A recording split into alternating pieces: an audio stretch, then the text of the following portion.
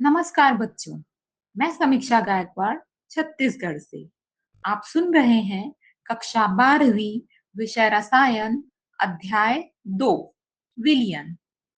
वाष्प दाब निश्चित ताप पर किसी द्रव के पृष्ठ के ऊपर द्रव के साथ साम्यावस्था में उपस्थित वाष्पों द्वारा आरोपित दाब शुद्ध द्रव का वाष्प दाब कहलाता है।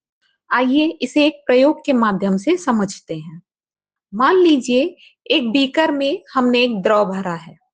अब इस द्रव से भरे हुए बीकर के ऊपर हम एक बेल जार रख देते हैं। इसके बाद द्रव के कुछ भाग का वाष्पन होता है। अब यह वाष्पित अणु बेल जार की दीवार से टकराते हैं। जैसे जैसे वाष्पन की क्रिया बढ़ती जाएगी, गैस के अणुओं की संख्या बढ़ती जाएगी। अब ये गैस के अणु बेल जार की दीवार से और आपस में अनियमित गति के कारण टकराते हैं। टकराने पर इनका संघनन होता है और ये वापस द्रव की सतह पर आने लगते हैं। इस प्रकार यहाँ पर दो क्रियाएं चल रही हैं। वाष्पन, जिसमें द्रव के अणु वाष्प के रूप में ऊपर जा रहे हैं, और दूसरा संघनन, जिसमें गैस के अणु आपस में टकराकर संघनित होकर वापस द्रव में आ रहे हैं।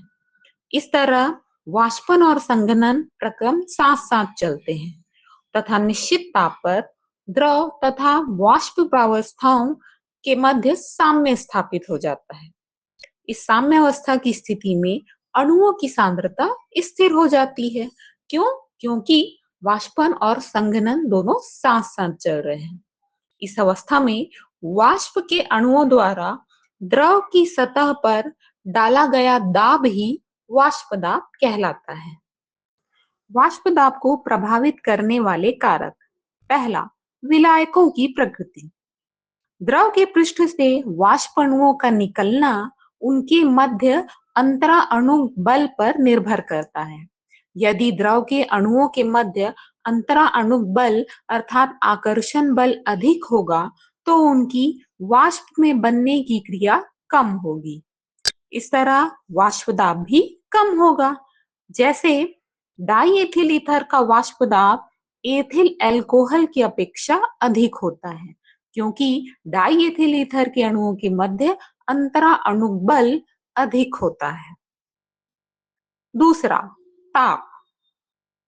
ताप बढ़ाने पर गैसों की गतिज ऊर्जा बढ़ जाती है, जिस कारण द्रव के पृष्ठ से वाष्प प्रावस्था में अणुओं का निष्कासन बढ़ता जाता है।